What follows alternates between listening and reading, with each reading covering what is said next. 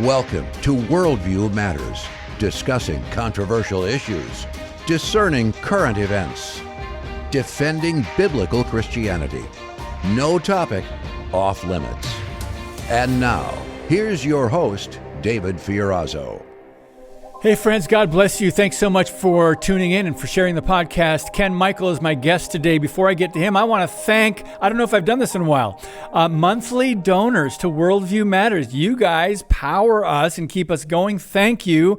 Shout out to Jennifer from Florida, Doug from Wisconsin, Carol from Tennessee, Bud from Ohio, Pamela from Traverse City, Michigan, Michael from Mexico City, Belinda from North Carolina, Sigri from Minnesota, another Michael from Bradford, Ohio, Carol from Las Vegas, and the list goes on. Let's see, Michael from Maryland, John and Rachel from Wyoming, Jean from Green Bay, Wisconsin, Kathleen and Tommy from Murrieta, California, Stephan, Sioux Falls, South Dakota, Ann, Gilbert, South Carolina, Cheryl from Forest Lake, Minnesota, Nina from Virginia, Maria from Los Angeles, California, Janet from Nina and more Wisconsin believers, Laura, Mike, Vance, and Nancy, and just thank you guys. God bless you. You keep us going. By the way, because of your support and donations, we've been able to grow in our ministry in the short time we've been doing this. Praise God. We are now on harpazo.com, Pioneer TV or Pioneer Network, Beck TV, Harbingers TV, and God's Learning Channel. And please pray that they would continue to move in the direction of getting us on Jack Hibbs' Real Life Network. We had a great conversation, he and I, a few months ago, and he was trying to get his people to get us on there. But thank you guys so much for the support. So Ken Michael is a representative of Olive Tree Ministries, Olive Tree Views. He's a speaker and host of the Understanding Our Times weekly program he does with Pastor Josh Schwartz. We've had him on before. Ken, brother, so good to see you. Thanks for coming back. Well, David, it's always a pleasure to be with you. Thanks for having me. Thank you, sir. And it's not a fun topic today, but I want to give people some insight that they probably haven't heard elsewhere. You being a former SWAT sniper, we're going to talk about lawlessness. I want to get your take on the assassination attempt on President Donald Trump. And I really want to hear what you have to say. I haven't caught your programs recently, and I know you have a lot to share. And let's just start right there. We're not surprised that it happened. I mean, the media and Hollywood and everyone else kind of set the stage for this, and the hateful rhetoric, the attacks on Trump, the lawfare, and just the lies that have been spewed. So go ahead and share and start whatever's on your heart, Ken. Well, yeah, I mean, it's interesting to see that they're only blaming one side for the violence and lawlessness that we're seeing. And it's actually the side that's not perpetrating it. Of course, we know that the side that's actually perpetrating the lawlessness, you barely hear a word about it. Yeah, they'll show it on the news, but they really don't call them out. And, yesterday was a perfect example at the federal Capitol, where the pro-Palestinians literally not only rioted, but they defaced statues. They took down the American flag and put the Hamas flag. They rose the Hamas flag up. So, I mean, nothing was really done about it. Yeah, there were a few minor clashes. I think out of the probably thousands of people that were there, I saw the pictures, I think 6 were arrested. I mean, that's unheard of for the amount of violence that occurred yesterday. Yeah, I saw that. I was seeing some video, and I don't know what it is, Ken. Maybe you can, I'm scratching my head here. A lot of Americans are thinking, why are they allowing this? There's graffiti. There was graffiti on the Liberty Bell and then on other places, on monuments. And they took our flag down and they're burning the American flag. And you're thinking, wow. I mean, they did that during the Black Lives Matter riots, the Black Lives Matter Global Network Foundation riots, Marxist-driven, China-driven, and the left was funding it. It wasn't an organic movement. So they were doing this 4 years ago. But now to see it come back in a different way, I don't understand. Do you think the law enforcement or whoever's in charge of security, they're told to stand down, let them protest? What are your thoughts on that?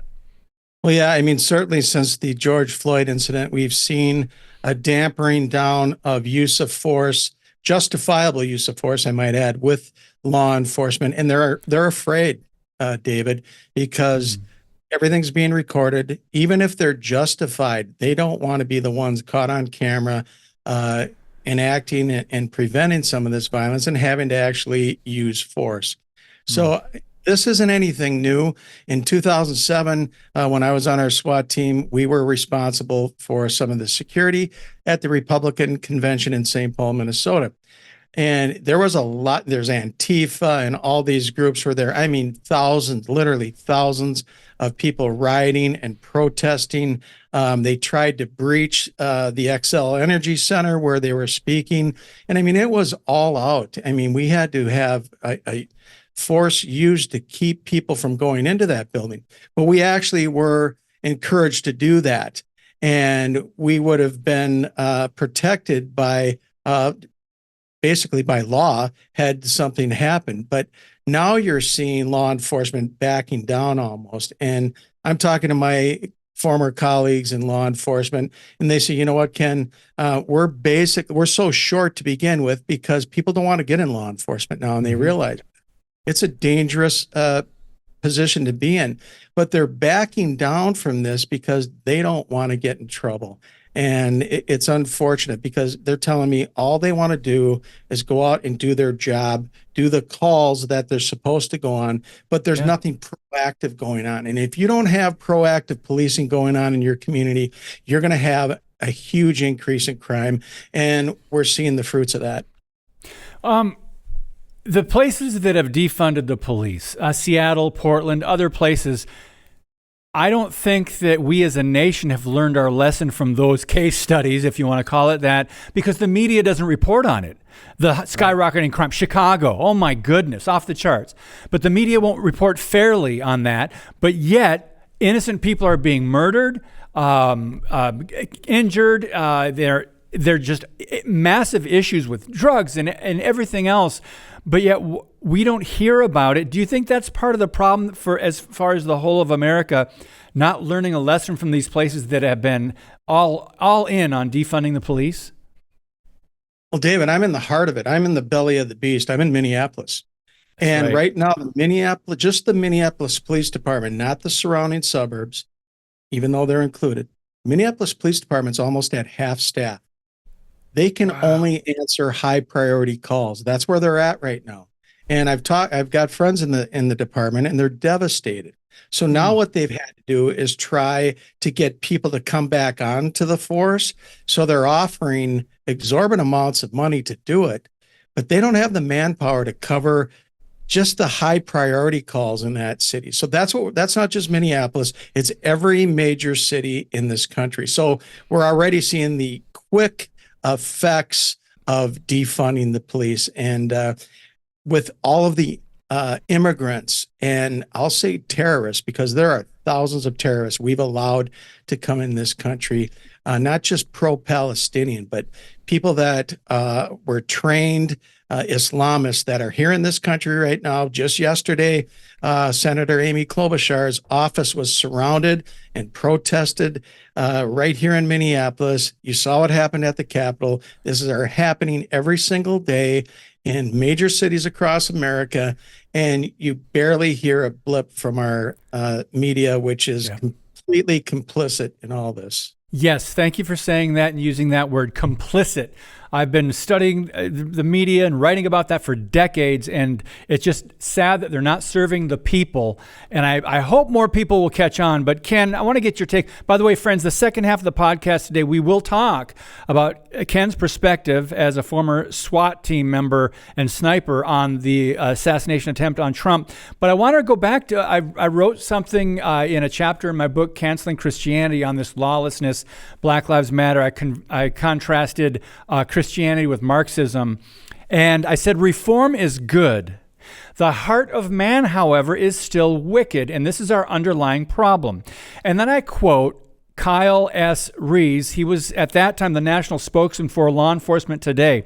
And Ken, I'll get your response to this. America's population is approximately 330 million. According to law enforcement today, there are, or were 4 years ago, 900,000 sworn law enforcement officers and an average of just under 1,000 incidents per year in which police have used deadly force. Of those cases, 95.3% of suspects were armed. According to the FBI's Uniform Crime Report, there were 58,627 assaults against law enforcement in 2016. And most likely that number skyrocketed in 2020. So officers come into contact with the population 55.8 million times a year. There are about 26,000 complaints of excessive force, but only 8% of these were sustained, meaning proven or legitimate, equaling 2,080 cases. Friends, if you do the math, and I've been out of school for a while, that's 0.0039% excessive force out of over 55 million interactions with the public by law enforcement. So your thoughts on the stats that are inconvenient truths people don't want to acknowledge?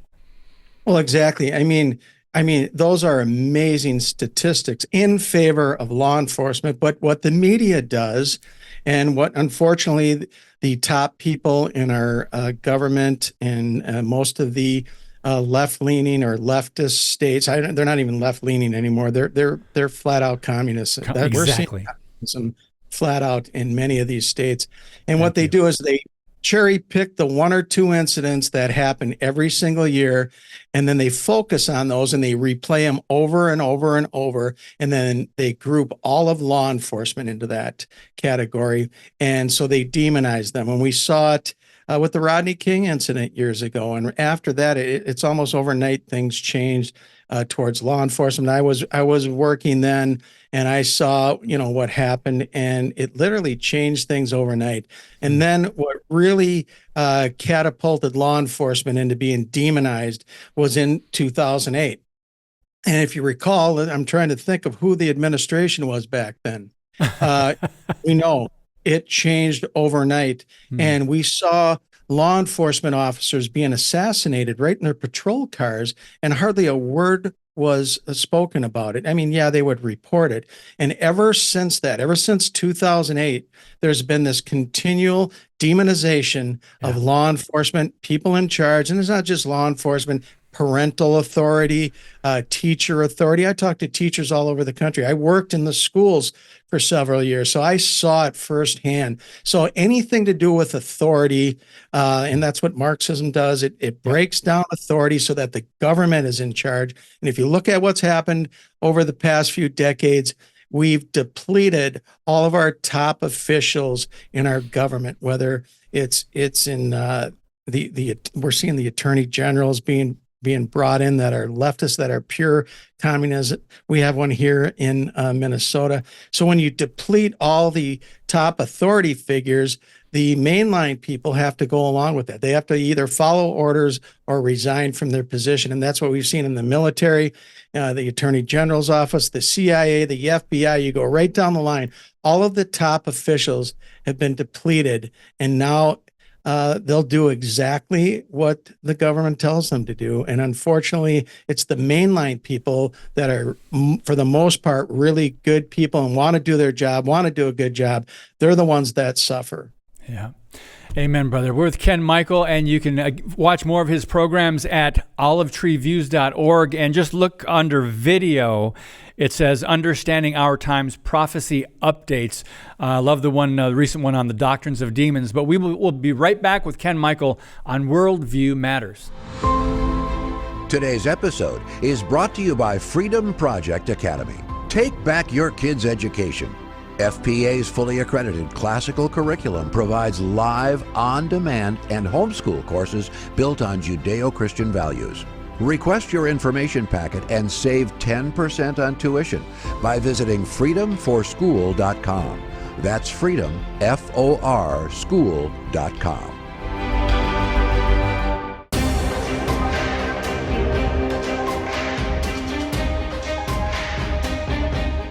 If you know someone interested in sponsoring Worldview Matters, send an email to worldviewmatters@fpeusa.org or go to our website, worldviewmatters.tv. We're thankful for Patriot Mobile, Harbingers Daily.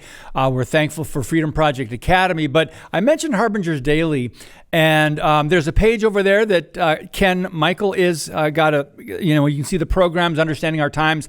They have troublemakers for the kingdom of God on, such as Alex Newman, Carl Tykrib. They've had me on. Who else? Billy Crone. And so check that out at harbingersdaily.com. And just thank you, Ken, for all the work you do. So back to the story we wanted to talk about and get your insights on. As a former SWAT sniper, has a sloped roof ever been an issue for you when you were a SWAT sniper? And then tell us your thoughts on how that all played out. Well, I mean, if you look at it, the slope was almost flat for the suspect. Exactly. If you look at the counter sniper where he was perched, he was literally almost on a triangle. I think it was 300 and some degree slope, which is really difficult. I mean, kudos go out to that sniper that took him out, because it was a difficult shot. I understand he was actually shooting through some brush also, so his vision was depleted a little bit. So if you look at the slope of the SWAT sniper, or for the Secret Service sniper versus the suspect, he literally gave him, the slope was enough just to give him some cover that when he popped up his head, he was able to be taken out. Yeah, amazing. So let's talk about what some of the rumors and we're still finding out more information weeks later. I heard that the local police, one representative said that they were in charge of traffic. Did I hear that right? So they weren't actually assigned to that roof. I've heard conflicting reports. What do you know about that, Ken? Well, so the city I worked for was right next to the Minneapolis-St. Paul International Airport. So our SWAT team was assigned. Every time the president came in, we would be assigned an area, and it was usually a building where the president would drive out of, and myself and my sniper partner would be up there. But the Secret Service always does a recon of the area that the president is going to be traveling. So when it's wheels down at the air, from the time it's wheels down to the time it's wheels up, they have that whole route where the president's going to be mapped out. And back then they would fly a helicopter over, and they would find the choke points where the local police needed to be. And the Secret Service always dedicates where the local police go. They're responsible for the protection of the president or whoever the VIP is. So I had a little bit of experience with that. I went through the Secret Service training. This incident, however, because when I dealt with the president, he was in what they call the Beast, this armored car, and he was protected for the most part from the time he left the airport to the time he went and spoke, and he really wasn't out in the open too much. And what they want to do, the biggest problem they had there was communications. So every state has a statewide channel that every police department can speak on, and that's what we had. And we had a state patrol supervisor with a Secret Service agent, so that if there was any problem along the route, we'd radio in, and that Secret Service agent immediately knows there's an issue. They either have to divert the motorcade or take evasive action, whatever they had to do. They didn't do that in this situation. You have an open air situation, David, where I think if I sent a class of cadets out there, they could have done a better job securing that area, because you do a site survey. You'd do an overhead survey with a drone.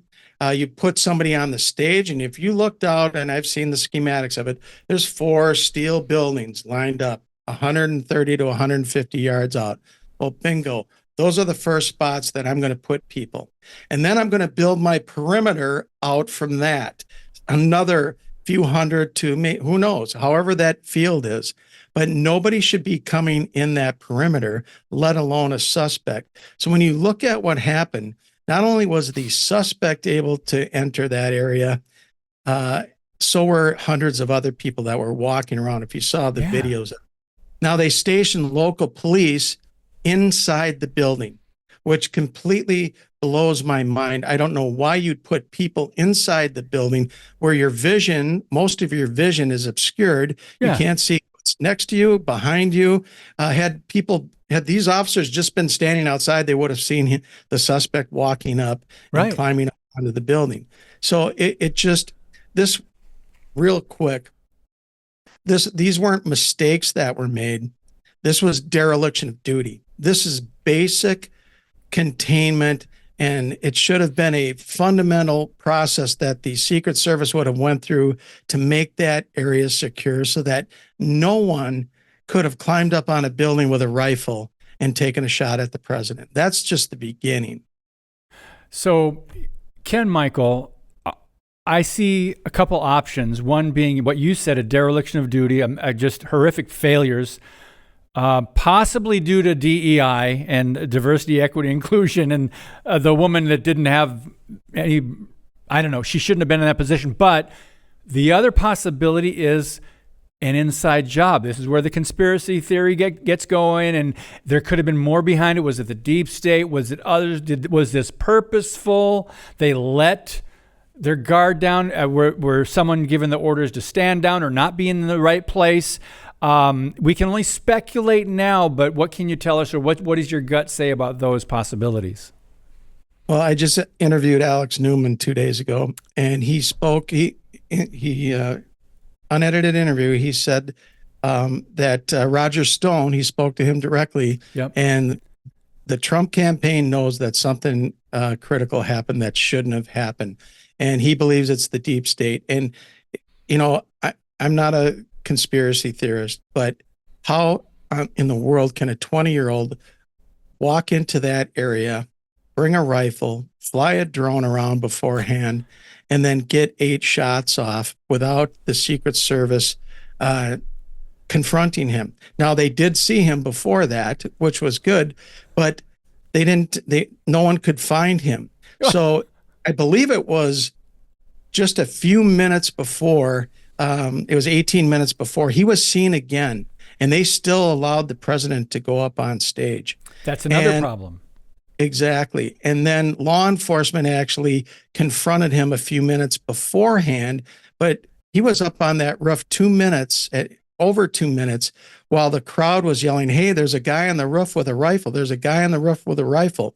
Now, if you had the proper communications that they should have had, where local police can get to a supervisor on the scene that can directly talk to the Secret Service supervisor, he should have been whisked off that stage immediately. That's the second issue. And I'll get into this because when I witnessed this, I was in shock. After I heard the recording, the shots were fired, president went down, Secret Service got on top of him, and they're applauding the Secret Service agents for doing that. But after that, if you listen to the tape, and it's very clear, whoever the lead agent was said, "We're going to stand up and move." So they stood up. He said, "Move," and nobody moved. And for a full, I think it was over 10 seconds, the president was saying, wait, where are my shoes? I think I saw a video where the Secret Service agent kicked his shoes off the stage, and then he wanted to stand and raise his fist. And that's, it looks good in photos, but when you're talking about the security of the president of the United States, a full 10 seconds it took to get him off that stage. When that lead agent said, "We're up," and he said, "Move," you're moving and you don't stop. And if that means picking him up and carrying him off that stage, that's exactly what you do. We used to practice officer rescue stuff all the time. The lead agent was in charge. The President Trump isn't in charge at that point. Once there's shots fired, that's it. That lead agent needs to take charge. You have to have agents that can physically pick up the person and carry off that stage, and that did not happen. You know what could have happened in 10 seconds had there been another sniper there, or if that sniper hadn't been hit? Lord only knows, not only Trump, but other agents and other spectators could have easily been shot and killed. I thought about that when he popped up and he was kind of exposed from the chest up. I thought, what if there's another shooter? Get him out of there. Ken, real quick, we've just got 3 minutes left. The drone. This is a recent report that came out that the shooter flew a drone over the area before the event took place, and no red flags there? Go ahead. Your thoughts. Yeah, I mean, it's unheard of that this happened 2 hours before, I guess, he was there. He flew a drone in the area of the place. The FBI director said it was 200 yards from where the president was speaking. It doesn't matter. When the president or a VIP a presidential candidate is going to speak, that area is secured from sunup or even the night before. I know the advance team usually goes out and they have areas secured. They have people there guarding it all night. No one gets into that area. That was, like I said, that was dereliction of duty, and the Secret Service director said, well, that 130 yards wasn't within our perimeter. And I'm thinking, how on earth can that not, you're in an open field and that's not in your perimeter? I mean, like I said, it's inexcusable what happened that day, and I would call it dereliction of duty. And by the way, we know now they also gave extra security to Kamala Harris that day, and I believe Jill Biden that day. I think they may have been in Pennsylvania, but anyway, so Trump didn't get what he requested apparently.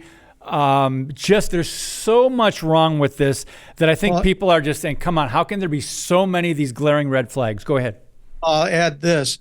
I believe I heard there were somewhere about 50 Secret Service agents short that day that should have been on Trump's detail. And now you add in the fact that he had a credible terrorist threat from the government of Iran to kill him for when he took out Soleimani. So how they allowed that to happen, like I said, if we find out later that there's more involved in this, it wouldn't surprise me one bit, because the deep state, and there is a deep state, folks, they'll do anything. And when I say anything, there's nothing they won't do to stop Trump or anyone else that gets in their way. The ends justify the means, and these are demonically driven people. These are globalists. These are people that hate America, and Judeo-Christian values are in their way. So is those patriotic people, and whoever is a conservative, and someone like Trump who's against globalism. No surprise that it happened, but just the way it did, so many glaring issues. Ken, Michael, thanks for your time today and your insights. I really appreciate it. I think it's very helpful to see it from your point of view and what your background was. So thanks for your time, sir. God bless you. Thanks for having me, David, and God bless you. All right, thank you. Guys, again, you can go to olivetreeviews.org and click on video, and you'll see Understanding Our Times prophecy updates. Well, thank you for sharing the show, for supporting us, for praying. God bless you. And as always, keep speaking the truth about things that matter.